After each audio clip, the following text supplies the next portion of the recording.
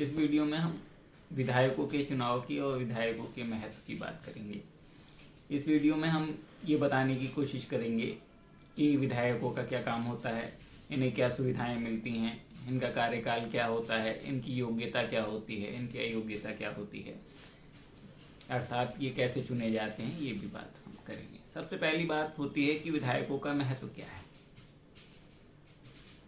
सबसे पहली बात यह है कि सरकार, जो राज्य की सरकार चलती है, उसका जो प्रमुख होता है वो मुख्यमंत्री होता है। और मुख्यमंत्री जो है वो विधायक दल का, विधानसभा के विधायक दल का नेता होता है। और विधानसभा विधायकों से मिलकर बनती है।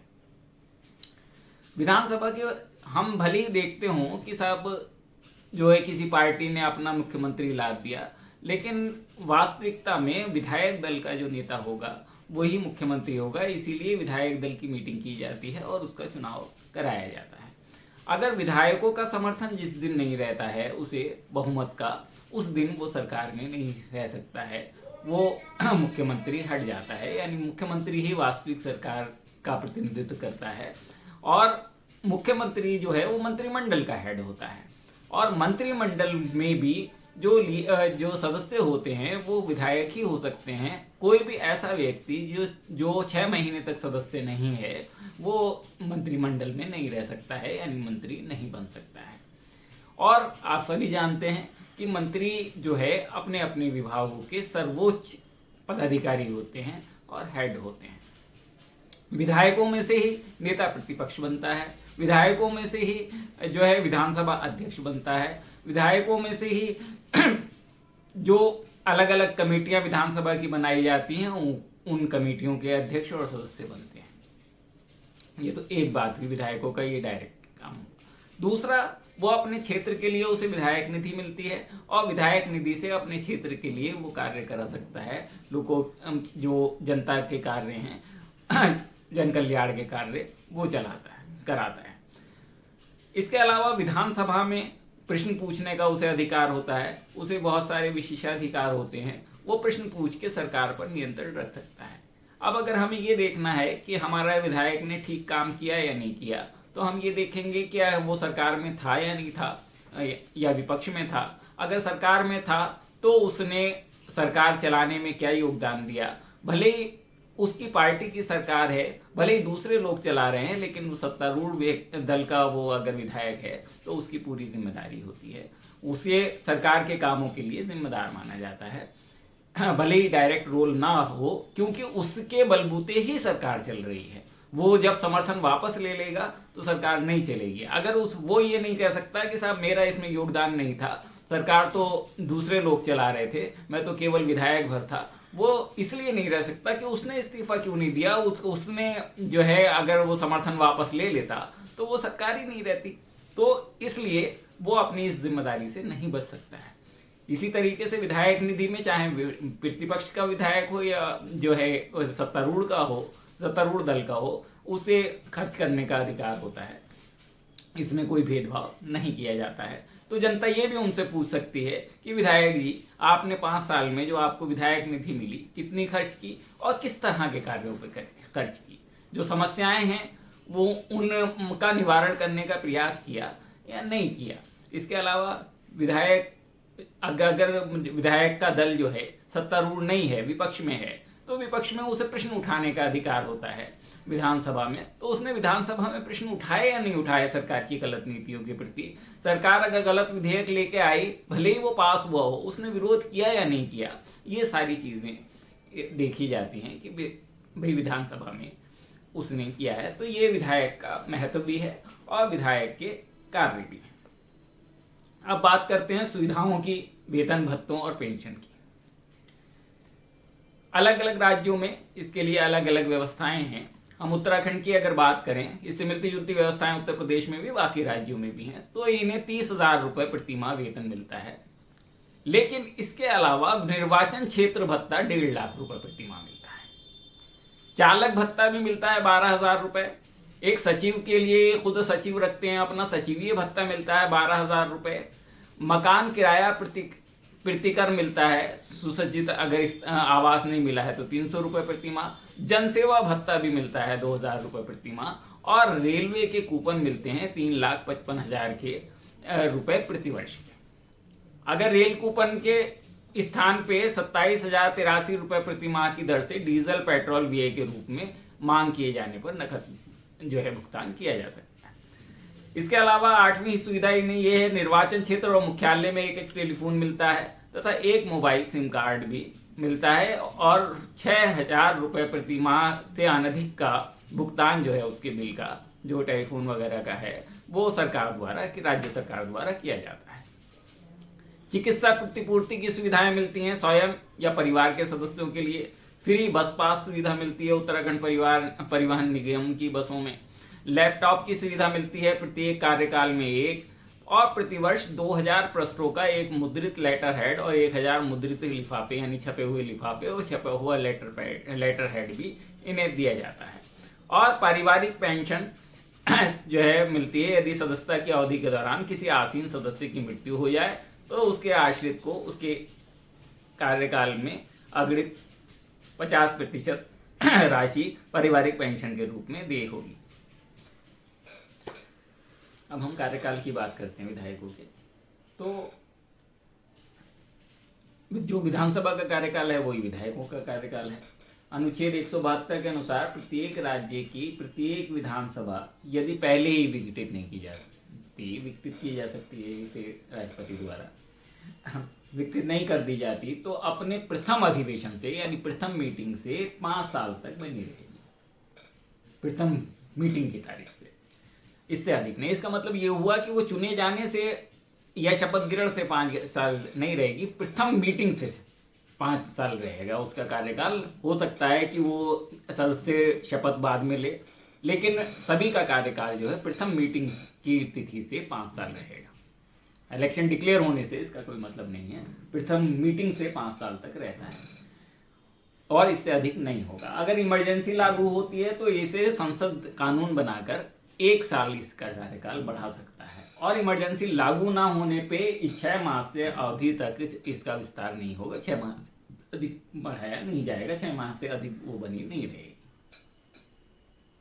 इसका मतलब ये हुआ कि अधिकतम 6 साल तक ही बनी रह सकती है इमरजेंसी समेत, नहीं तो 5 साल रहना है, और प्रथम अधिवेशन के यानी प्रथम मीटिंग से 5 साल तक उसका कार्यकाल रहना है। अब बात करते हैं विधायक चुने जाने की योग्यताओं की, कि भाई क्या योग्यता होनी चाहिए विधानसभा का सदस्य चुनाए जाने के लिए। तो 173 अनुच्छेद 173 जो है इसकी योग्यताओं की बात करता है। सबसे पहली बात यह है कि वो भारत का नागरिक होना चाहिए। दूसरी बात यह है कि वो कम से कम 25 साल का होना चाहिए। 25 साल से कम आयु है, भले ही वोटर के लिए 18 वर्ष आयु है, लेकिन चुने जाने के लिए 25 साल की आयु होना जरूरी है। तीसरी बात यह कि उसके पास, इसमें यह लिखा है 173 में, कि संसद द्वारा बनाए गए कानून की जो सदस्यता के लिए अर्हताएं हैं वो होनी चाहिए, और निडरताएं यानी अयोग्यताएं नहीं होनी चाहिए। योग्यताएं होनी चाहिए, अयोग्यताएं नहीं होनी चाहिए। और ये जो कानून है वो लोक प्रतिनिधित्व अधिनियम के अंतर्गत बनाया गया है, और इस मामले में सांसदों और विधायकों की जो योग्यताएं हैं, योग्यताएं और अयोग्यताएं हैं, वो एक समान है। तो उन अयोग्यताओं की और योग्यताओं की हम बात करते हैं कि क्या क्या योग्यताएं। योग्यताओं की मैंने बात कर ली, अब अयोग्यताओं की बात करते हैं। इसमें केवल अयोग्यताओं में एक अंतर है, जो लाभ का पद धारण करने वाला वो व्यक्ति नहीं होगा, ये वाली बात ठीक है, लेकिन लाभ का पद किसे माना जाएगा इसे विधानसभा ने निर्धारित कर रखा है, और संसद ने निर्धारित कर रखा है कि लाभ का पद किसे नहीं माना जाएगा। जनरल रूल ये है कि वो लाभ का पद जो है धारण है नहीं करना चाहिए, उसे लाभ का पद नहीं होना चाहिए। तो इसका जो सीधे सीधे इसका कानून है जो अनुच्छेद 102 में दिया गया है, यदि कोई व्यक्ति भारत सरकार के या राज्य सरकार के अधीन किसी लाभ का पद धारण करता है तो संसद का सदस्य होने व बने रहने के लिए अपात्र होगा। स्पष्टीकरण में यह स्पष्ट किया गया है कि संघ या राज्य का मंत्री लाभ का पद नहीं माना जाएगा, या ऐसे प्रतिबंधों ऐसे पदों पर भी लागू नहीं होगा जो कानून द्वारा घोषित कर दिए जाए, तो ऐसे कानून द्वारा इसमें घोषित किए गए हैं। और हर विधानसभा की वेबसाइट पे ये निर्हरता नियमावली कहलाती है, वो निर्हरता नियमावली पड़ी है, उसे देखा जा सकता है। बहुत डिटेल इसमें पद होते हैं कि जो जो पद जो है भले ही लाभ के पद होंगे, यानी ये सरकार से वेतन वगैरह ले रहे होंगे, लाभ ले रहे होंगे, लेकिन जो है उन्हें लाभ का पद नहीं माना जाएगा। यानी सरकार ने उन्हें छूट दे दी कि भाई वो उस पद पे रहने वाले व्यक्ति भी विधायक का चुनाव लड़ सकेंगे। ये राज्यसभा के विधानसभा से हो गया। निर्हरता नियमावली जो संसद के लिए, संसद के तो हम विधानसभा की बात कर रहे हैं, तो विधानसभा के लिए जो नियमावली है इसमें समय समय पर संशोधन करके पद बढ़ाए घटाए जा सकते हैं। दूसरी बात यह है कि वो विकृत चित्त नहीं होना चाहिए। अगर वो विकृत चित्त है तो भी नहीं होगा। और विकृत चित्त कौन माना जाएगा? जो है सक्षम न्यायालय की घोषणा मौजूद हो, सक्षम न्यायालय ने उसे पागल घोषित कर दिया हो, विकृत चित्त के साहब इसका दिमाग सही से काम नहीं करता। वैसे आप कहते हैं किसी को ये इसका दिमाग ठीक से काम नहीं कर रहा, तो नहीं माना जाएगा, वो विधायक का चुनाव लड़ लेगा। लेकिन वो विकृत चित्त है अगर, तो वो विधानसभा का चुनाव जो है वो नहीं लड़ सकता है। दूसरी बात यह है कि इसके अलावा जो है, इससे पहले जरूरी यह है कि विधानसभा के लिए वो वोटर होना चाहिए, लेकिन काय का? पूरे हिंदुस्तान का नहीं, विधानसभा के लिए राज्य के किसी भी विधानसभा का वोटर होना चाहिए विधानसभा क्षेत्र का। अगर वो दिल्ली का वोटर है तो उत्तराखंड का चुनाव नहीं लड़ सकता है। अगर उत्तर प्रदेश का वोटर है तो उत्तराखंड का वोटर है तो उत्तराखंड का चुनाव नहीं लड़ सकता। उत्तराखंड का वोटर है तो वो उत्तर प्रदेश का चुनाव नहीं लड़ सकता है। इसलिए किसी भी राज्य, उस राज्य में जिस राज्य के विधानसभा का वो इलेक्शन लड़ रहा है, उस राज्य की किसी भी सीट का वोटर होना चाहिए। ये जरूरी नहीं है उस विधानसभा सीट से ही वोटर हो। वोटर कौन हो सकता है, कौन नहीं हो सकता है, इसके लिए हम अलग से बात करेंगे, अलग से जो है वीडियो में बात करेंगे, क्योंकि वो बहुत डिटेल बात होगी। तो इसका मतलब ये है कि लाभ का पद धारण करने वाला नहीं होना चाहिए और वो वोटर भी होना चाहिए। यानी उसकी अयोग्यता ये होगी कि किसी अन्य का वोटर हो या वोटर ना हो। वो उस राज्य का अगर वोटर नहीं होगा तो वो अयोग्य हो जाएगा। उस राज्य की विधानसभा क्षेत्र, किसी भी विधानसभा क्षेत्र का उसे वोटर होना चाहिए। अगर आप ये कहते हैं कि साहब ये वोटर होने के योग्य नहीं है, तो वो अलग बात है, लेकिन जो है वो आपत्ति इस समय नहीं लगेगी। वो वोटर लिस्ट में नाम शामिल करने पे ही आप आपत्ति उसकी लगा सकते हैं। आप उसके नॉमिनेशन पे ये आपत्ति नहीं लगा सकते कि साहब ये वोटर के लिए योग्य नहीं था जब वोटर लिस्ट में उसका नाम शामिल है। अब लाभ का पद की बात कर ली हमने, विकृत चित्त की बात कर ली। अब तीसरी बात है दिवालिया। अगर वो दिवालिया घोषित हो गया है तो भी जो है इलेक्शन नहीं लड़ सकता है। चौथी बात, भारत का नागरिक ना रहना। अगर वो भारत का नागरिक नहीं रहा है किसी भी समय, तो है उसकी नागरिकता समाप्त कर दी गई है नागरिकता अधिनियम के अंतर्गत किसी कारण से, या जो है उसने जहां पर सिंगल नागरिकता का ही प्रोविजन है, वहां पे हमारे यहाँ सिंगल नागरिकता का प्रोविजन है, किसी अन्य राष्ट्र की नागरिकता प्राप्त कर ली है, तो वो जो है वो नागरिक नहीं रह जाएगा। पांचवी बात ये है, ये बहुत इंपॉर्टेंट है, कि अपराधों के लिए उसे दोष सिद्ध कर दिया जाए। यानी अपराध उसके ऊपर साबित हो चुका हो, उसे दोष सिद्ध माना जाए। इसमें जो अपराध अलग अलग तरह के हैं, उस अपराधों की बात करते हैं हम।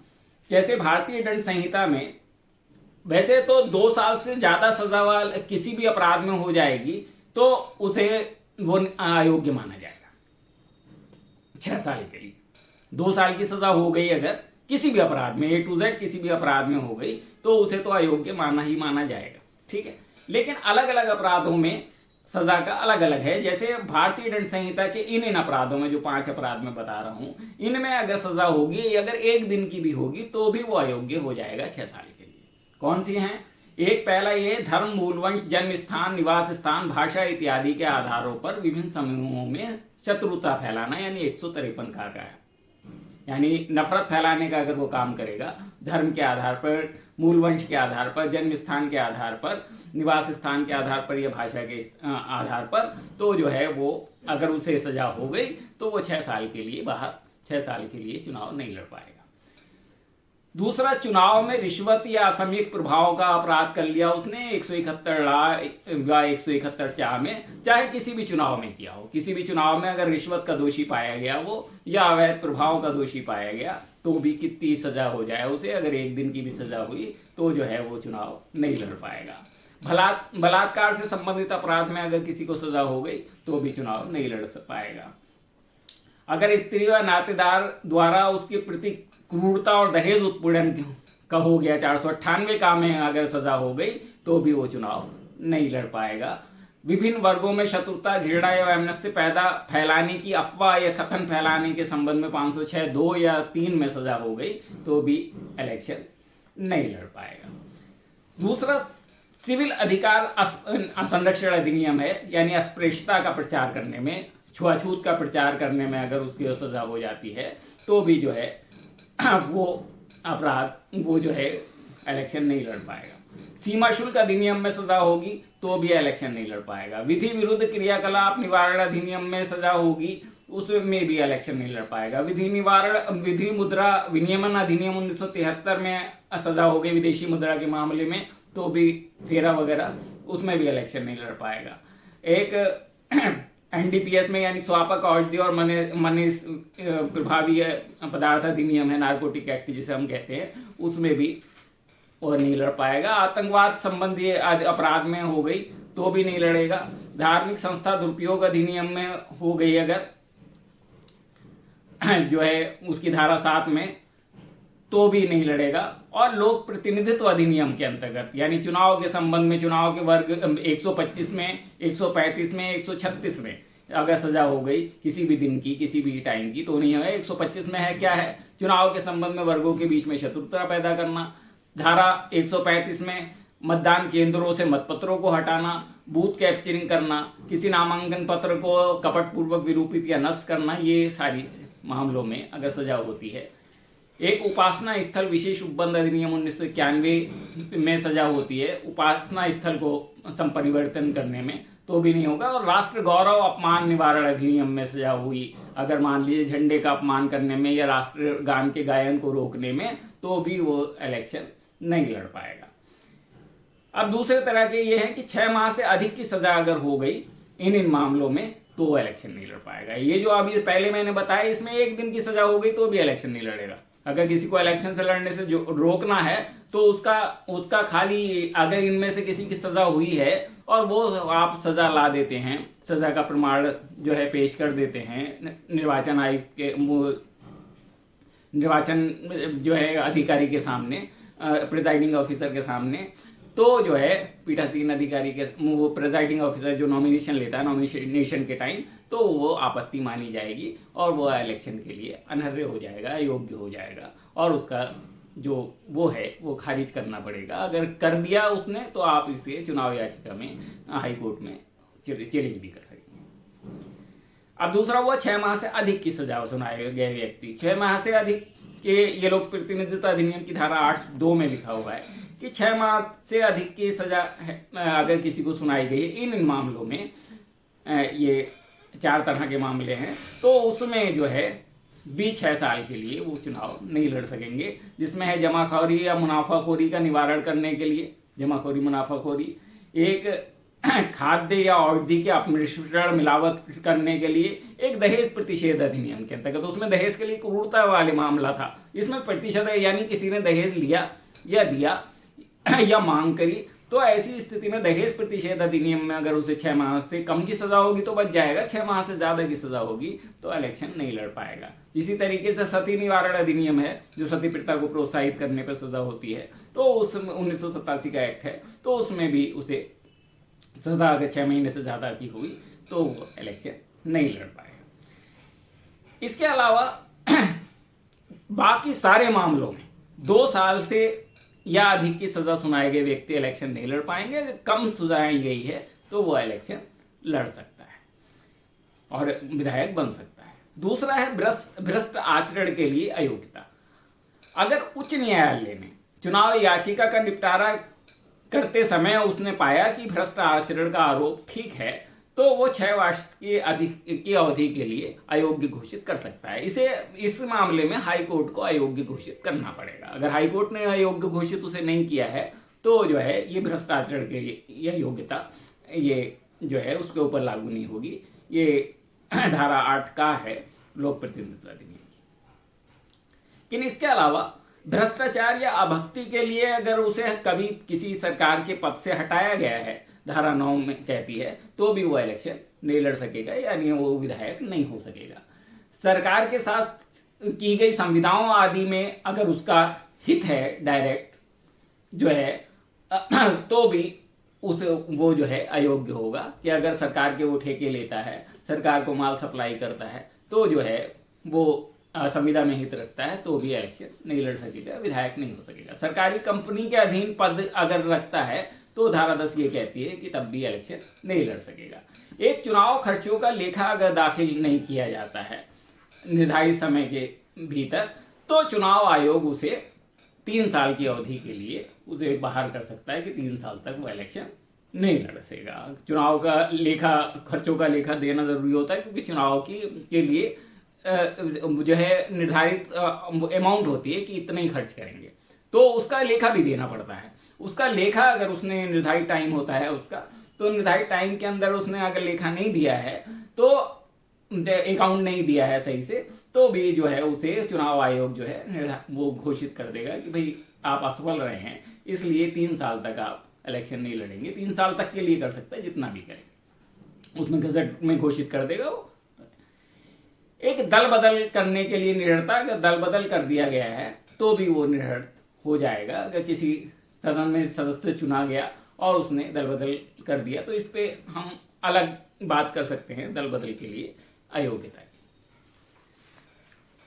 इसके लिए ये सारी चीजें हमने बताई, ये एक जानकारी के लिए है। इसके लिए संबंधित कानूनों की प्रयोग करने के लिए संबंधित कानूनों का अध्ययन जरूर कर लें, और इसकी जानकारी के लिए हमारी किताब चुनाव संबंधी कानून उपलब्ध है, जो अमेजन से भी मंगाई जा सकती है। धन्यवाद।